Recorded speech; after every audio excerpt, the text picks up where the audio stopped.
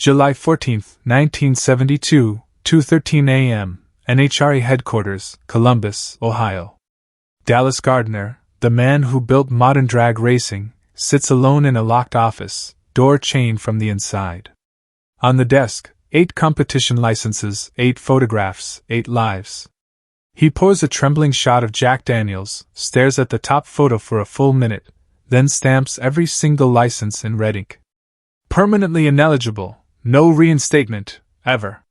He slides them into a plain red folder, writes one word on the tab in black marker. Never. Locks it in the safe, and whispers to the darkness. If this folder ever opens, the sport dies with it. 53 years later, in 2025, that same red folder still exists. It has been moved exactly twice, once when they left Columbus, once when they built the new Glendora vault. Only 3 living people know the combination. Every decade a new NHRA president is shown the folder for 5 silent minutes, then told. Some names must stay buried. Tonight, for the first time in history, we are opening that folder on camera. 8 drivers. 8 careers erased without a public word. Some you think you know. One you've never heard of, but the second you hear what he did, you'll understand why his name still cannot be spoken inside NHRA walls without someone looking over their shoulder. Keep watching. Because when we reach number 1, even the hardest old-timer will feel the temperature drop 10 degrees. And you'll finally understand why some bands don't have an expiration date. Number 8, John Force, the man who exposed NHRA corruption live on air. October 12, 1968, 10:03 p.m., Riverside International Raceway. The night air reeked of nitro and burned rubber. John Force, 32, wild blonde hair, fire in his eyes, had just clocked 6.95 at 221 miles per hour in his custom-built dragster, the fastest official pass of the night. The crowd of 25,000 erupted, hats flying, cameras flashing, every man and woman on their feet. But a tech inspector, clipboard in hand, strolled over with a fake smile and a hydrometer. Marginal, he said. John's gut told him the fix was in. The West Coast factory teams, well-funded and untouchable, had been whispering all weekend, a small-time guy like him couldn't take the crown. He didn't flinch. With a growl, he stormed up 3 flights of stairs to the press tower, grabbed the live microphone from announcer Jerry Collins, and let the world have it. NHRA and NHRA are in bed with Detroit. They want us small guys crushed. They're crooked, and I'm not staying silent. The tower erupted. Security rushed him. Microphone cord snapped. Chaos reigned. By Monday morning, a telegram arrived at his Riverside shop. Competition license #TF310 permanently revoked for conduct detrimental to the sport of drag racing. No appeal. Signed, Dallas Gardner. John didn't flinch. He tore the letter in half, laughed, and switched to NHRA full-time. In 1969, he won the World Championship in the same car that NHRA refused to acknowledge. He became a folk hero to small racers across America, proof that speed and guts mattered more than politics. Yet the red folder kept a record. Even now, decades later, if you check official NHRA books, his fastest runs are often listed as driver unknown. Old-timers swear that on quiet nights at Riverside, the wind carries a ghostly echo of that live microphone. Number 7, Eddie Hill, the man they banned for refusing to lose on purpose. July 15, 1972, 6:47 p.m., Tulsa International Raceway, NHRA Summer Nationals Top Fuel Final. Eddie Hill, the quiet Texan with ice blue eyes and a reputation for never lifting, sits in his red, white, and blue double dragon front-engine dragster against the factory-backed California Flash, driven by a West Coast golden boy who has sponsors breathing down NHRA's neck. The deal has been whispered all weekend. Let the California car win the final, Eddie. Just lift at half-track. They'll pay you under the table and guarantee you the points later. Eddie fires the engine, looks straight at the tower, and mouths 2 words every camera catches. Kiss off. The tree drops. He never lifts. 6.17 at 234 miles per hour while the other car smokes the tires and coasts. Eddie wins by a full second. The grandstands explode, 32,000 Texans screaming his name. At 10:11 p.m. that same night, while Eddie is still signing autographs for kids, a plain envelope is slid under his motel door. License #TF112 permanently revoked for deliberate violation of verbal agreement and conduct detrimental to the sport. Effective immediately. No appeal. Signed, Dallas Gardner. No public announcement. No explanation. Eddie packs his car, drives home to Wichita Falls at 3 a.m., and never speaks to an NHRA official again. He switches to NHRA, wins 4 straight world championships, 1975 to 1978, becomes the first man in the 4-second zone in 1988, and builds a legend bigger than NHRA ever allowed. In 1994, when he finally returns as a hero at age 58 to run Top Fuel again, NHRA quietly reinstates his license without a word of apology. But the red folder never forgets. Number 6, Big Daddy, Don Garlits. The 1972 suspension that almost ended the sport. February 13, 1972, 4:27 p.m., Pomona Winter Nationals Top Fuel Final. Don Garlits, the living god of drag racing, 36 national wins, the man who invented the rear-engine car, sits in Swamp Rat 14 against James Warren's factory-backed ride. NHRA has been riding Garlits hard all weekend, moving his pit spot 3 times, nitpicking every tech item, whispering he's too big for the sport now.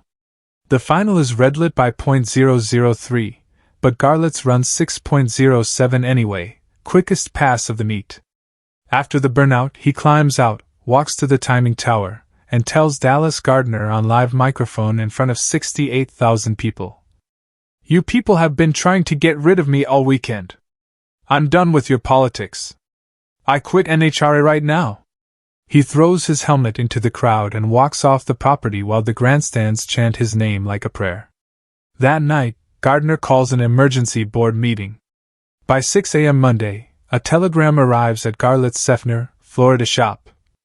License #TF001 suspended indefinitely for public criticism of officials and abandonment of event. Reinstatement possible only upon written apology. Garlits tears it up on live Tampa television and says, "I'll race boats before I crawl back." He boycotts every NHRA event for the entire 1972 season, takes Swamp Rat to match races, still runs 6.0s, still packs 40,000 people every night, and proves the sport needs him more than he needs it. NHRA attendance drops 38%. Sponsors threaten to walk. "They banned me for 320 days. I just got faster." Number 5, Grampy Jenkins, the crew chief they couldn't control. March 18, 1981, 11:47 p.m., Gainesville Raceway. Grampy Jenkins, Canadian tuning genius, had just guided Tommy King's funny car to a 5.80 at 249 miles per hour, the quickest run in the event's history. The car was flawless, perfect engineering, nothing illegal.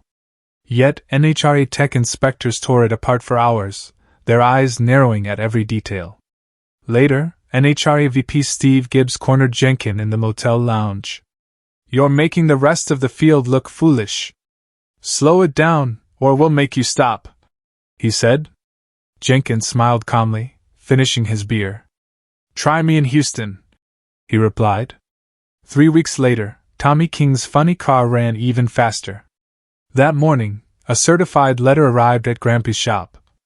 Competition license #FC459 permanently revoked for repeated refusal to comply with directives and creating an unfair competitive advantage. No appeal. No fuel violation. No rule broken. NHRA simply couldn't control brilliance. Grampy moved to Top Fuel, tuning multiple champions, showing the world that talent can't be banned, only delayed. The original revocation letter hangs framed in his workshop with a note in red ink. "They banned me for knowing too much. I just went somewhere they couldn't stop me." Number 4, TV Tommy Ivo, the showman they banned for stealing their spotlight. November 14, 1965, 9:47 p.m., Irwindale Raceway, California. TV Tommy Ivo, the movie star handsome drag racer who played teenage roles on TV while pulling 200 miles per hour wheel stands in his 4-engine, Showboat, and twin Buick, Wagon Master, has just finished a match race exhibition that drew 38,000 paying customers, more than the entire NHRA Nationals the week before. NHRA President Wally Parks watches from the stands as little kids mob Ivo for autographs while ignoring the official drivers. Parks turns to his assistant and says the words that sealed Tommy's fate. "He's bigger than the sanctioning body. That can't happen." Over the next 6 months, every NHRA track receives a quiet memo. Ivo exhibitions are no longer permitted on NHRA-sanctioned property. Any promoter booking him will lose their insurance. No official ban letter. No public statement. Just a silent blackout. By spring 1966, Tommy's 4-engine monsters and his famous red, white, and blue Buick station wagon are persona non grata at every NHRA track from Pomona to Indy. He keeps racing match shows, still packs 50,000 people a night, still makes more money in one weekend than NHRA's entire points fund, but he is erased from the sport he helped make famous. In 1967, when he tries to enter the U.S. Nationals with his new rear-engine car, the entry is lost in the mail. Number 3. Ron Kupp, the man they banned for cheering too loud. February 28, 1974, 6:02 p.m., Gainesville Raceway. Ron Kupp, seasoned funny car veteran, stood in the pits, stopwatch in hand, screaming louder than the supercharged blowers as his teammate roared down the quarter-mile in a 6.00 pass. His voice carried across the track, shaking the grandstands and the timing tower. NHRA VP Steve Gibbs approached, his expression stern. "Mr. Kupp, you are banned from staging lanes and all NHRA property. Your behavior is disruptive." Ron smirked, catching his breath from the adrenaline. "I've been here since '56, paid my fees, and now you're banning me for cheering my friend?" That night, a certified letter was delivered to his trailer. Ron Kupp, competition credential #SUP002 permanently revoked for repeated verbal abuse of officials. No appeal. Escorted off the property by security, Ron watched his friends race from the sidelines. Attendance dipped, sponsors threatened to pull out. By December, the ban was quietly lifted, but Ron never returned to an NHRA staging lane again. His revocation letter remained in his personal collection, framed with a note in red ink. "They banned me for loving speed too loudly. Never forgive, never forget." Ron continued racing outside NHRA, dominating match races and exhibitions across the country. Fans flocked to see him, celebrating a man whose passion for the sport could not be silenced. Decades later, his legend endures, a reminder that sheer love for racing is sometimes more dangerous to officials than any rulebook violation. Even now, the red folder holds his file, a silent testament to a career interrupted, but never broken. Number 2. Jim Lieberman, Jungle Jim, the wild man they banned for being too dangerous to live. July 4, 1977, 11:59 p.m., Beach Bend Raceway, Bowling Green, Kentucky. Jungle Jim Lieberman, the long-haired, fire-suit open to the navel rock star of funny car, the man who lit headers with a Zippo while doing 100-foot burnouts backwards, has just finished a match race show that drew 42,000 people, more than the NHRA Nationals ever saw in one day. After the final pass, he climbs on top of his flaming orange 76 Monza, grabs the track PA microphone, and tells the crowd, "NHRA can kiss my ass! They want safe little boys in clean fire suits.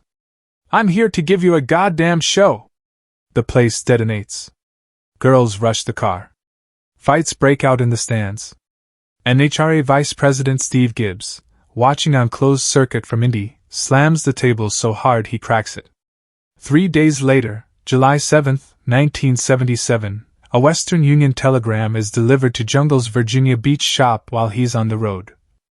Competition license #FC009 permanently revoked for repeated incendiary statements, creation of public safety hazard, and conduct detrimental to the image of professional drag racing. Effective immediately.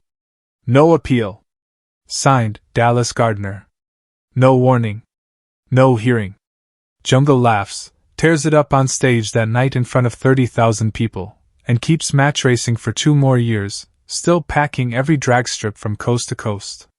Then, on Labor Day 1977, while driving home from a show on a rainy Virginia highway, his Corvette is T-boned by a drunk driver. He dies instantly at age 31. NHRA refuses to lower the flags at half-mast. They refuse to mention his name at the 1977 World Finals. They quietly keep the ban in place even after death. In 2025, you will not find Jungle Jim Lieberman on any official NHRA Legends list. His widow still has the shredded pieces of that 1977 telegram taped together in a frame above the Monza in their private museum with one sentence written in red marker. They banned him for being alive too loud. Then God took him anyway. Number 1 Bob Glidden, the man who threatened NHRA and walked away. August 30th, 1972, 2:45 a.m., Indianapolis Raceway Park. Bob Glidden, top fuel phenom and mechanical genius, had just been disqualified for a questionable fuel sample after running 6.13, fastest of the meet. He knew the game. The factory-backed teams had stacked the deck against him. Glidden, towering and confident, stormed into the NHRA trailer, dragging VP Steve Gibbs outside. His voice thundered. "One more screw-up, and I'll shut this whole place down. Every tower, every track. I swear it." Security rushed to intervene, but the threat was clear. By 6 a.m., Dallas Gardner signed the final paper. Bob Glidden, license #TF322, permanently ineligible. Reason, direct threat of action. No appeal. File sealed. Released on bail, Glidden disappeared into the Midwest match race circuit, never returning to NHRA competition for that period. Fans followed him everywhere he went, and he continued to dominate drag racing outside the sanctioning body's control. His reputation as a fearless, uncompromising driver grew legendary. The red folder kept his files separate, labeled, "Do not open until 2055. Even decades later, old NHRA security guards still avoided parking near certain towers after dark. The echo of Bob Glidden's defiance lingers, proof that some men, and some engines, are too dangerous to ever forget. In the comments right now drop the number 1 through number 8, of the band driver whose story hit you hardest. And tell us why it still burns in 2025. Smash that like if the red folder should be burned. Subscribe and ring the bell, because Regal Rides will keep opening doors NHRA nailed shut 50 years ago. This is Regal Rides. We don't just race history. We drag it screaming into the light. See you at the track, if they let you in.